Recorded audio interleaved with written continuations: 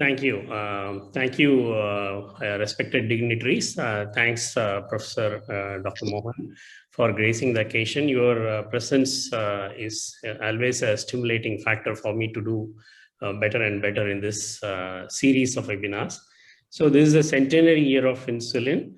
Today's webinar is all about the Nobel Prize awarded to the discovery of insulin. I have divided this into two parts. One part is for the actual Nobel Prize award for the insulin discovery. The second part will cover 3 other Nobel laureates, which includes 2 women. So since it's going to be very long, I have divided into 2 parts. So this is part 1 of Nobel Prize for insulin, the crowning glory for the discovery.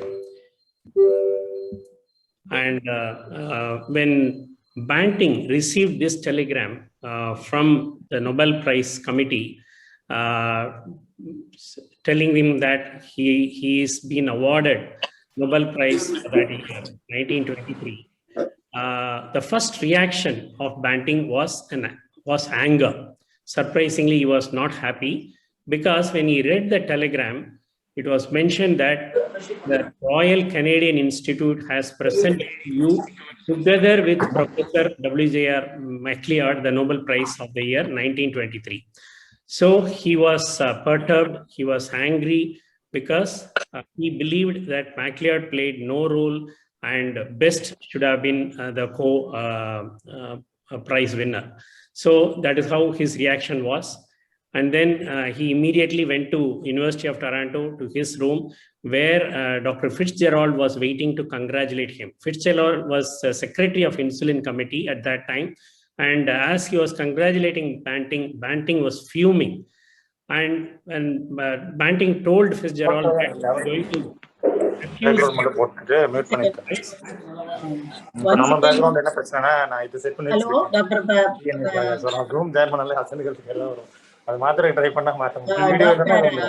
video photo, real video. Hello. Video Sir, Nalapermal sir. Muting. Yeah, I mute all. You just unmute yourself alone.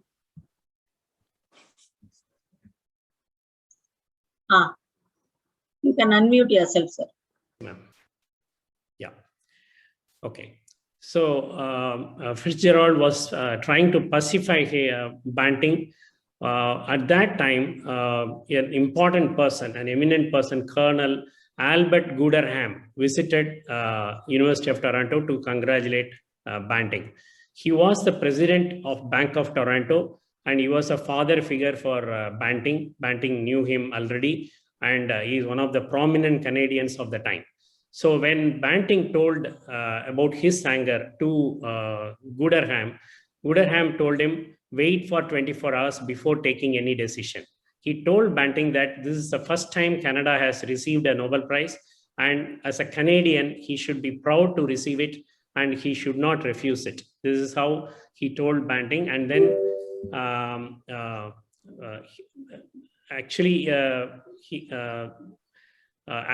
Alexis Carrel, he was a French scientist who worked in Rockefeller Institute, New York, who was the Nobel Prize winner for physiology in 1912. So he was the only American from the American continent, the entire North American continent, which included Canada and USA, to receive the Nobel Prize for the first time. So Banting was the second North American to get this award. So naturally, Canada was proud of its son, and naturally they wanted him to go and grace the occasion. So Banting was furious, and at this point, we need to note that insulin got its reward within a year of its discovery, which was very unusual, because to receive a Nobel Prize, there is a lot of mechanism which take long years to be awarded. For example, the first IVF baby was born, and many decades later, Nobel Prize was awarded for the IVF discoverer. So in vitro fertilization as a discovery received the award many decades later. Similarly, when Robin Warren and Barry Marshal discovered H. pylori, their Nobel Prize was awarded in 2005, again many decades later. So this was the H. pylori theory, which shattered all the theories before this discovery. So which actually reduced the rate of our surgeries even. Previously, when people getting diagnosed with duodenal ulcer or stomach ulcers, they used to undergo vagotomy, complicated pyloroplasty surgeries. All that became a thing of past with this discovery and the development of proton pump inhibitors. So again, this discovery, it took many years for the Nobel Prize Committee to accept and award this prize. So in insulin's case, it was different. So Banting and Macleod received Nobel Prize the first year they were nominated. In 1922, insulin was discovered. 1923, they received the award.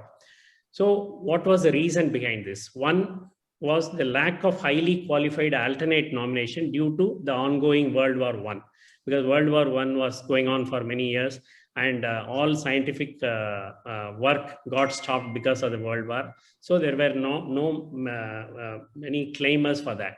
And then no prizes were awarded for the years 1915, 1916, 17, 18, and 21 because of the World War. Nobel Committee was very anxious not to lose the tempo and the international prestige for the prize. So, and they were also impressed by Krogh's nomination. So, and there was a little role played by Lilly, which we will come to that later. So this is Alfred Nobel.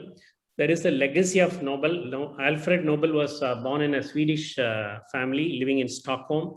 So Nobel's father was an engineer building bridges, and he provided machinery and sea mines for the Russian Tsar family.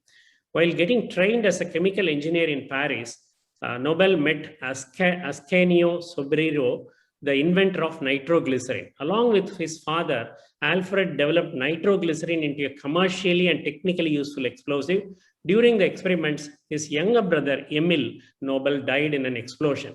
Despite all this, Alfred did not give up and found that mixing a fine sand, kieselguhr, with nitroglycerin resulted in a safer explosive, which is called dynamite. His other inventions included detonating caps, synthetic rubber, leather, and artificial silk. So because of this dynamite introduction, a lot of mines were developed, and a lot of construction activities started coming up all over Europe and US. So he had 90 factories in 20 countries and had 355 patents for his discoveries. So this is a lab used by Alfred Nobel, and this is the dynamite marketed by the Nobel company. Very successful product. He was a billionaire at that time. So this is a stacks of dynamite, and this is the statement made by Alfred Nobel. My dynamite will sooner lead to peace than 1,000 world conventions. As soon as men will find that in one instant, whole armies can be utterly destroyed, they surely will abide by the golden peace. That was his hope. And Alfred Nobel owned another important company called Bofors. We know Bofors due to various other reasons. Because of the Bofors scandal, this name became popular in India. But Bofors is one of the very important technical company which manufactures guns. And at this point, we need to discuss something about Bertha Von Suttner. She was an Austrian lady. Bertha worked as a Nobel's secretary very briefly. Then she moved back to Austria to marry Count von Suttner. Alfred and Bertha remained friends for life. They exchanged letters and they were in communication all along. Later, Bertha became very active in peace movement. She was celebrated as the generalissimo of the peace movement. Remember, this was before the start of World War I. She was desperate to start the World War because all countries were in preparation to start the war, and Bertha tried her best, and she traveled to a lot of countries, met leaders, and tried to pacify them. Bertha's influence reflected in his will as the provision for Peace Prize. So Nobel Peace Prize came into work because of Bertha's acquaintance with Alfred Nobel. And Bertha herself was nominated for about 101 occasions for Nobel Peace Prize. And she received the Nobel Peace Prize in 1905. This is one of the important books written by Bertha, Lay Down Your Arms, which got published before the start of World War I. And this Lay Down Arms book was written in their language. So obviously it was translated into English by Timothy Holmes and Henry Gray. So this English translation of the novel was carried out by the eminent Victorian surgeon and medical scholar Timothy Holmes. Timothy Holmes, we all know, he was the editor of Gray's Anatomy, the famous Gray's Anatomy editor, translated her work. And because of this translation, her work reached all over the world. And this became one of the famous book, which became the fulcrum for the peace movement in the period before the First World War. So this is a Nobel Prize, Peace Prize winner, 1905, Bertha. And there are certain rules for Nobel Prize. The prize is for a discovery. It is not for a lifetime achievement. So anyone who has got a lot of achievements in life, they could not receive Nobel Prize. They have to discover something. And self-nomination is not allowed. Up to 3 individuals only can share an award. This we need to remember, because there were 4 people involved in insulin's discovery. So even if the Nobel Prize Committee wanted to award all 4 of them, they could not do, because according to the statute, only 3 individuals can be given. It cannot be awarded posthumously. If the discoverer dies, then it cannot be awarded to that discoverer. Nominations are invited from scientists, evaluated by the Nobel Medical Committee. Final decision is by vote. Karolinska Institute, Sweden, is responsible for the prize in physiology or medicine. And this is the flow of Nobel Prize. All the invitations to nominate are sent by the Nobel Committee to all the leading professors, department heads, or previous Nobel laureates in that particular field. And then they respond by nominating 1 or 2 people. And then the nominations are evaluated. Then evaluations are compiled. Then the committee reports to the Nobel Assembly. Then Nobel Assembly makes their decision by a vote. So it's a long process. And Nobel Prize is awarded for physics, chemistry, physiology or medicine, literature, and peace. There are 5 Nobel Prizes. And after awarding the Nobel Prize, the Nobel laureate will be required to give a Nobel lecture for all the scientists in this auditorium. It's a very important occasion for any Nobel laureate to discuss their discovery with other eminent people in the field. And coming back to Krogh. August Krogh was an internationally well-known physiologist. He was visiting US, giving lectures. We will go through his life completely in this presentation. During the first decade of the 20th century, he was one of the topmost physiology professor, and he wrote to Macleod asking him whether he can visit Toronto.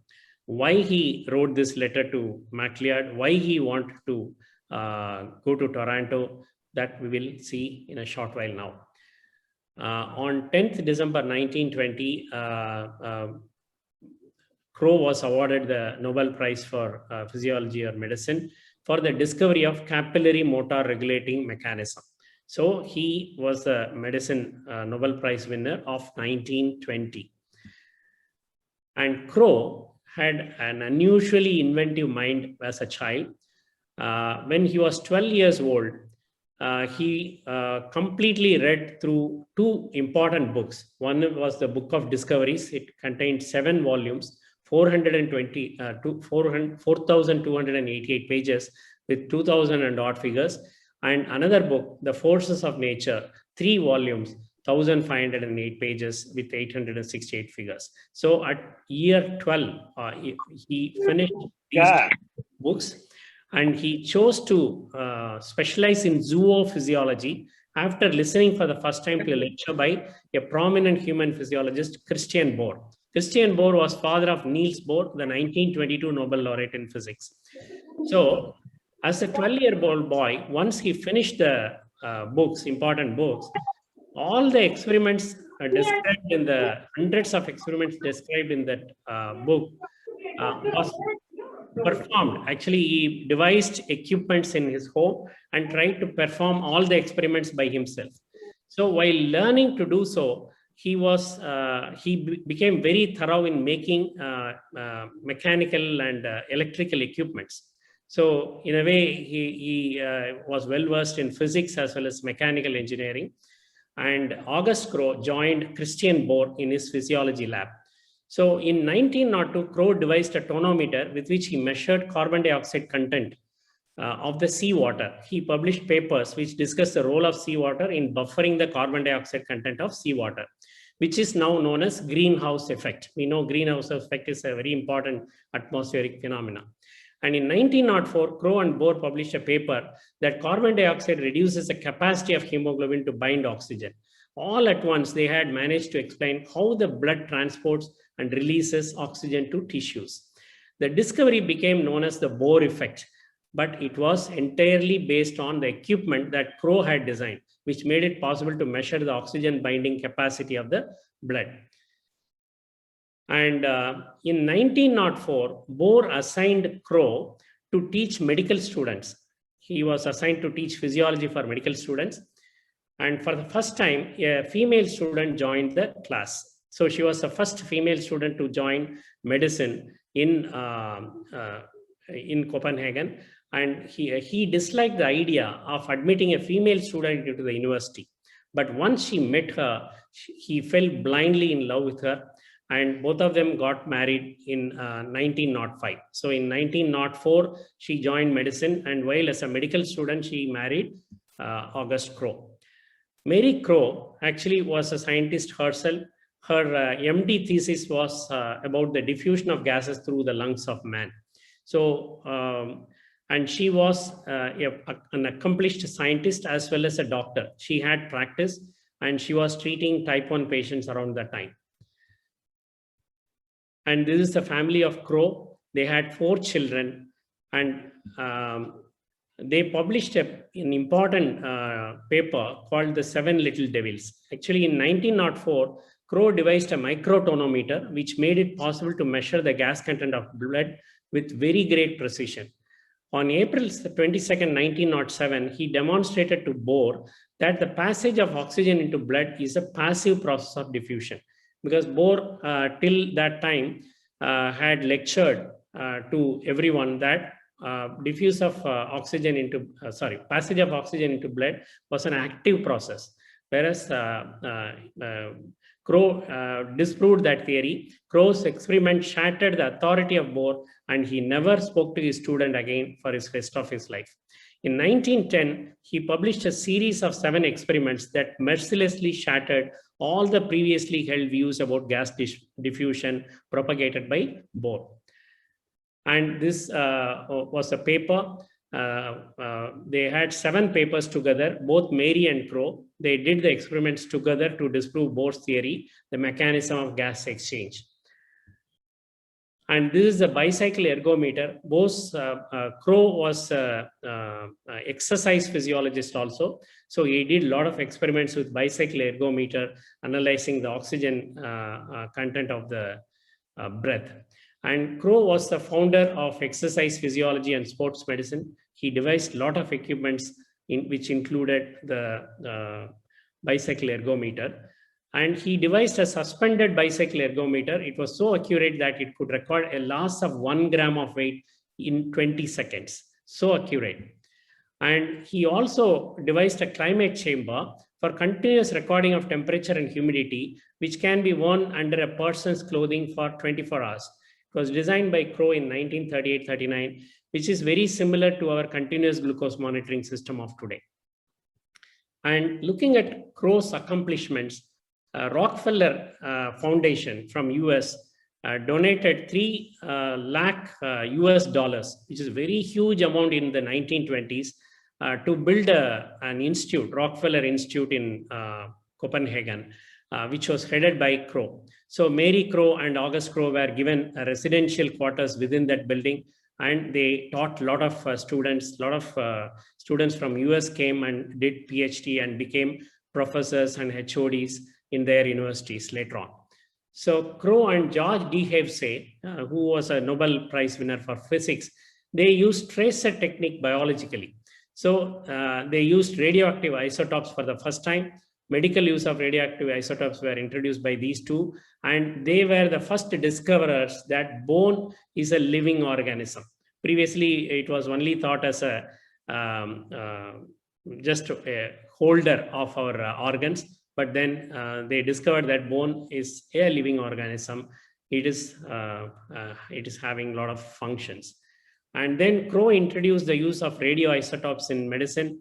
A cyclotron had been installed in Copenhagen in the early 1930s, again with the help of Rockefeller Foundation. So the first cyclotron in Europe was under the guidance, established under the guidance of Krogh. So a born researcher, this editorial JAMA, we called him August Krogh, the physiologist. And another editorial in JAMA mentioned him as the physiologist. And this person with so much of knowledge and acumen was shattered when he found that his wife developed diabetes. So she developed diabetes in early 1920 and she became very ill. Around that time, a lot of US universities were calling him to give lectures. So he delayed his travel plans to October, November, December, to the end of the year. And in the meantime, Dr. Hagdon, a doctor, a diabetologist who was practicing in the municipal hospital Copenhagen, was treating Mary. Even though Mary was a physician herself, Mary was treated by Dr. Hagdon with a lot of dietary manipulations. So slowly Mary regained her strength, and then they chose to travel to US. So Krogh was invited by Yale University to do a lecture tour of the US. During a dinner at Jocelyn's home, Mary heard about insulin from Jocelyn. So she persuaded her husband, Krogh, to write to Macleod whether they can visit Toronto. I showed you the letter written by Krogh to Macleod at the start of this presentation. That was after the persuasion by his wife, because she also had diabetes. And Macleod was thrilled after seeing the letter, because the topmost physiologist in the world is inviting himself to University of Toronto, and how can he refuse him? So he invited Krogh and hosted both of them in his home on 23rd and 24th of November.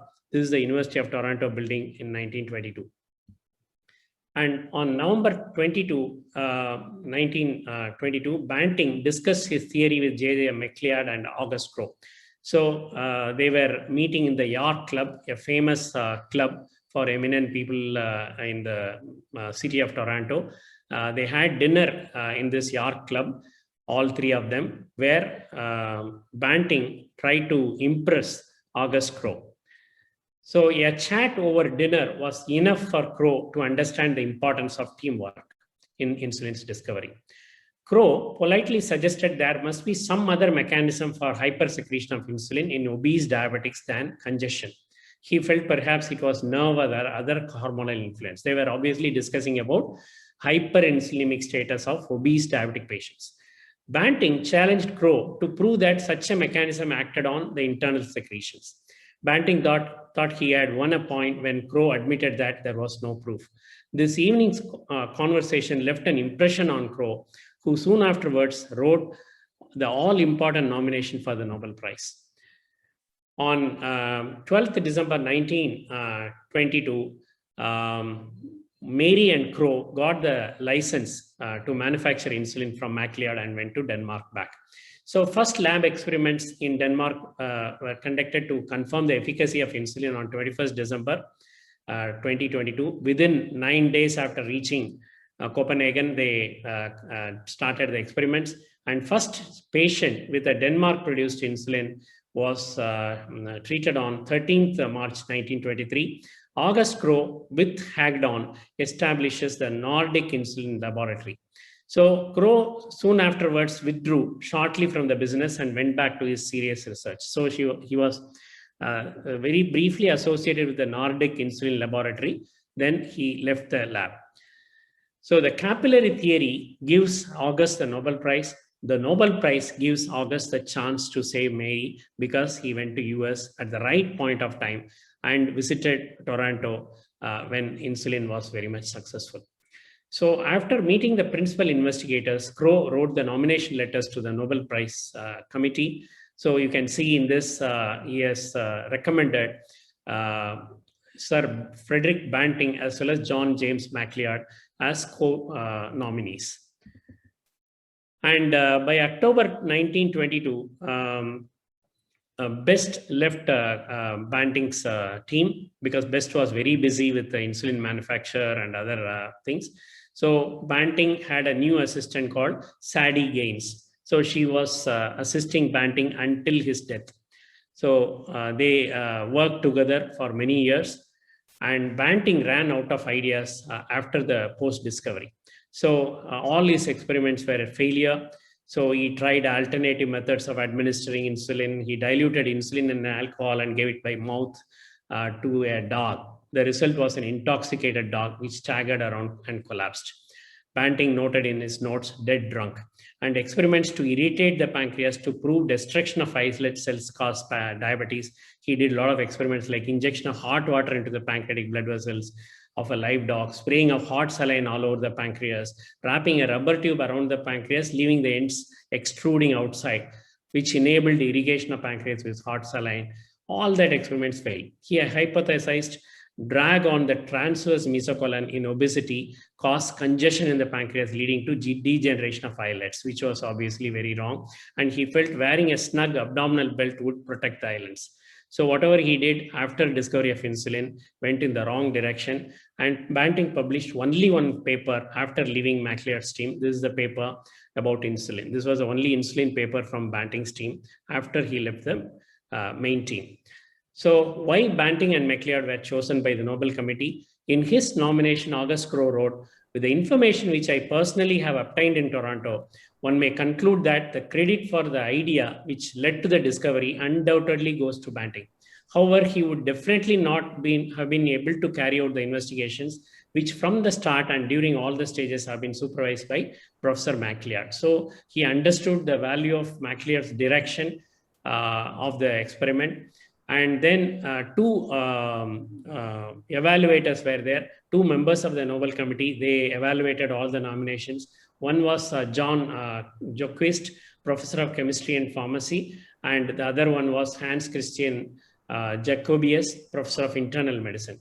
Joquist arrived at the conclusion that the prize should be divided between Banting and Macleod. Jacobius wrote, Banting came to Macleod with his idea and purified insulin under the direction of Macleod.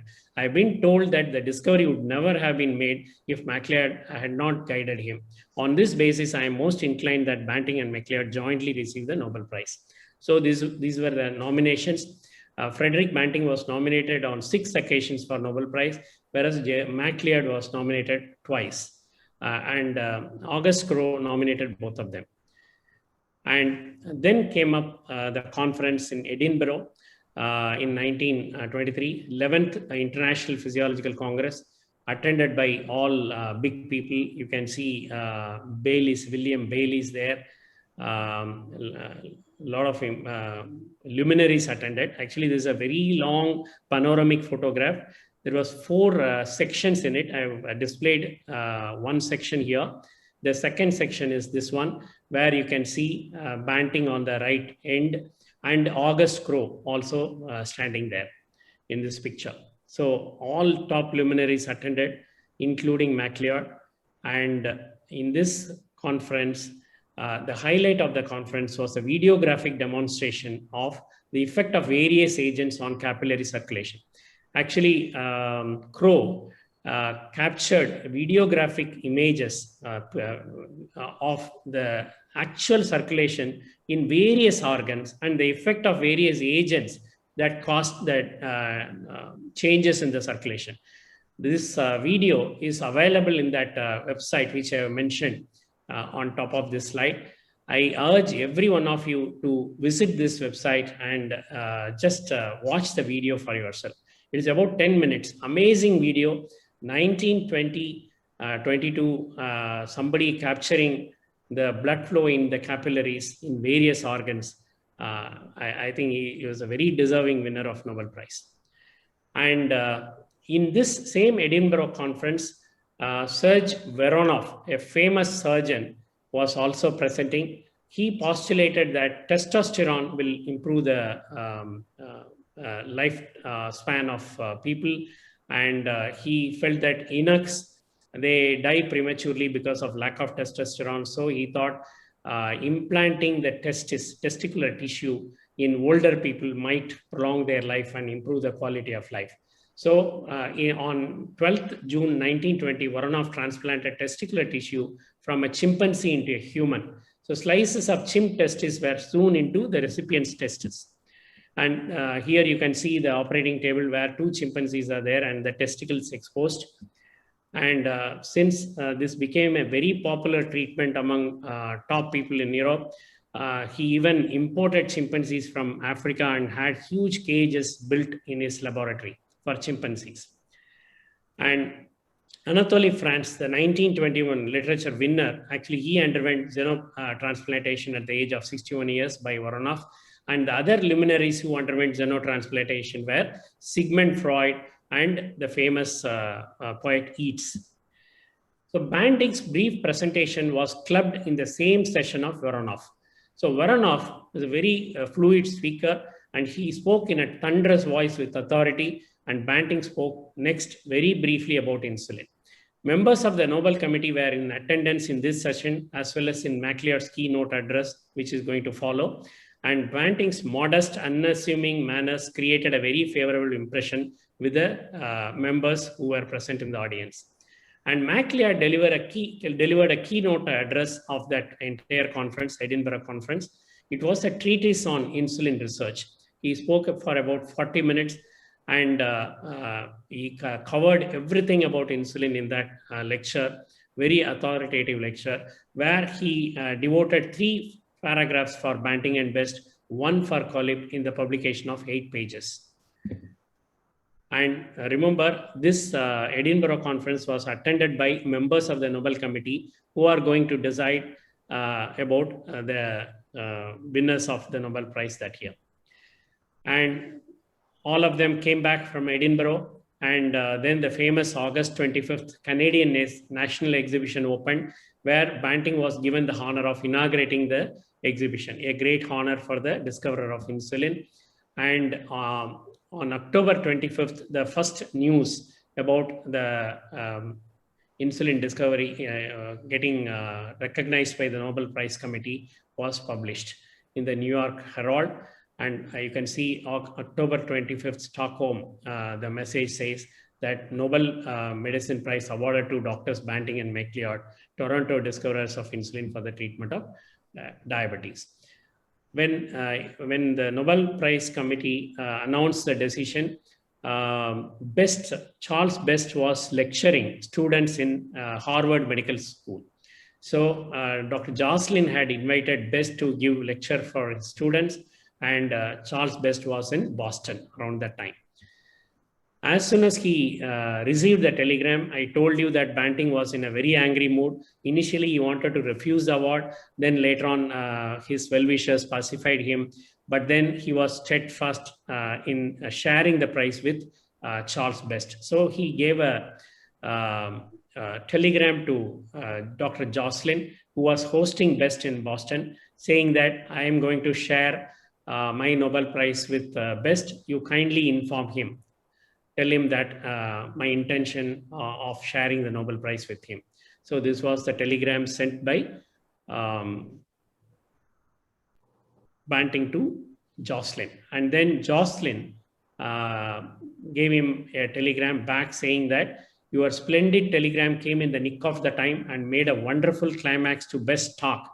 He knew nothing of it that is about the Nobel Prize. Until I read it before his audience, and the enthusiasm for you both was tremendous. I am sending to all the newspapers. So he is also congratulating Banting and acknowledging the great kind gesture of Banting of sharing the prize with his assistant Best. And another famous diabetologist of the time, Frederick Allen, also wrote a congratulatory message. You can see this letter here. And then Close, the Lilly's research director, he wrote to Macleod soon afterwards, after getting the Nobel Prize. So he suggested that Lilly probably had a possible influence in fast-tracking the inevitable prize. There is no question that insulin discovery deserved Nobel Prize, but it was given within a year of its discovery. So what are the forces behind it? One was August Krogh, the other one was probably Lilly. So I'll just read a close comment there. It was, of course, inevitable that your group of workers would receive the Nobel Prize sooner or later, but it is peculiarly gratifying that this signal recognition should come within so short a time of the original discovery. And in this regard, I take a personal pride in your success, as I feel that our efforts at this end may have contributed something towards this very early recognition. Probably Lilly had some influence over the professors, head of the departments, who have to accept the decision. So we don't know. This is a suggestion by this letter. And this was the actual gold medal awarded to Dr. Banting. You can see the solid gold medal where his name was inscribed. So F.G. Banting. So the medal has his name. And soon afterwards, the University of Toronto chose to confer PhD degrees, doctorate to both of them, honorary doctorates to both Macleod and Banting. And then it was followed by a dinner that night. This was the last dinner which was attended by Banting and Macleod together. They never attended any function afterwards together. So University of Toronto also, they were very careful in avoiding one another for any function which they conducted later on. So after getting the award, they couldn't go there immediately to receive the award. So the lecture, Nobel Lecture, was given later. Macleod gave the lecture only on May 26, 1925, the Nobel Lecture. And Banting gave the lecture a few months later, September 15th, 1925. So when the press people asked Dr. Macleod about the controversy, whether he has any role to play in the discovery of insulin, or it is as if like Dr. Banting is talking about your role in a way that you have done nothing to advance the experiment. It was only Banting and Best who did everything, and you just went on a holiday and did nothing. Is it true? When the press asked pressing questions to Macleod, Macleod said, he laughed and, oh, I was only the impresario, meaning that I was the managing director. In a way, he was right, because he was managing the show in the right direction. And Colib later acknowledged the receipt of Macleod's half of the Nobel Prize. So after receiving the check, he wrote this letter to thank Macleod, where he mentioned that I have received the fattest check of my life, and thanks for the same. And finally, when Macleod went back to University of Aberdeen to settle down in his hometown and teach students, even though he was very successful as a professor, a lot of students did PhD under him, and then he retired. But finally, he died because of crippling arthritis, a lot of pain. And then after he and his wife died, the graves were not maintained and nobody bothered. Then Professor Bliss the historian, the head of the Department of History of University of Toronto, when he visited University of Aberdeen, he wanted to visit the graves of Macleod and his wife. And then the university realized that they didn't know the whereabouts of the grave. And then later on they found, and it was in a dilapidated condition. So you can see on the left side, the unrestored gravestone. And later on, the university spent some money and restored the gravestone. And before concluding, after discovery of insulin, soon after the discovery, another researcher got saved, Minot, who was the discoverer of the treatment for pernicious anemia. He developed type 1 diabetes in 1922, soon after insulin was discovered. He was in US, a researcher, and then insulin reached him and he was saved by Banting's insulin. And later on, in another 10 to 12 years, he went on to do further research and found the treatment for pernicious anemia. And he was awarded the Nobel Prize with his assistant Murphy. So because of insulin, another Nobel laureate could be saved. And there were about deserving 5. If you just clearly go into the history, you can see that Oskar Minkowski, who zeroed in on pancreas as a seat of diabetes, probably deserves a Nobel Prize too, because nobody knew from where the problem emanated. So he was the one who did an experiment with dog and found out that the removal of pancreas in a dog produced diabetes. And so that was an important discovery. He was nominated for Nobel Prize for various other discoveries in 1902, 1906, 1912, 1914, 1925, and 1925 and 25 twice. So, but he couldn't receive the award. Paulus Krogh, who published wonderful work about insulin experiments, but in an obscure journal before Banting and Best, was never nominated. Banting and Macleod got nominated in 1923, and Collip was nominated for Nobel Prize in 1928, but couldn't get the award. So all these 5 people were deserving as far as insulin discovery is concerned. We have entered the centenary year of the insulin era. In this context, the morning of October 31, 1920 is an appropriate date for the tribute. Banting was alone inside the room on the 2nd floor of his apartment, 442 Adelaide Street, London, Ontario, Canada. When he woke up from his sleep and jotted down his idea, he set in motion a chain of events that led to the most important medical discovery of the 20th century. The effect of the discovery of insulin on endocrinology, medicines, and society reverberates even now. So an argument could be made that all 4 the discoverers, which formed the team, should have been the co-recipients of the prize. Ultimately, the prize mainly acknowledged the importance of insulin discovery. It's not about the individuals, it is about the importance of insulin discovery. And millions of type 1 children, like this child who stands before the statue of Banting, owe their life to this man who, despite all the odds staked against him, pursued his dream to its logical conclusion. Thanks for your patient listening. And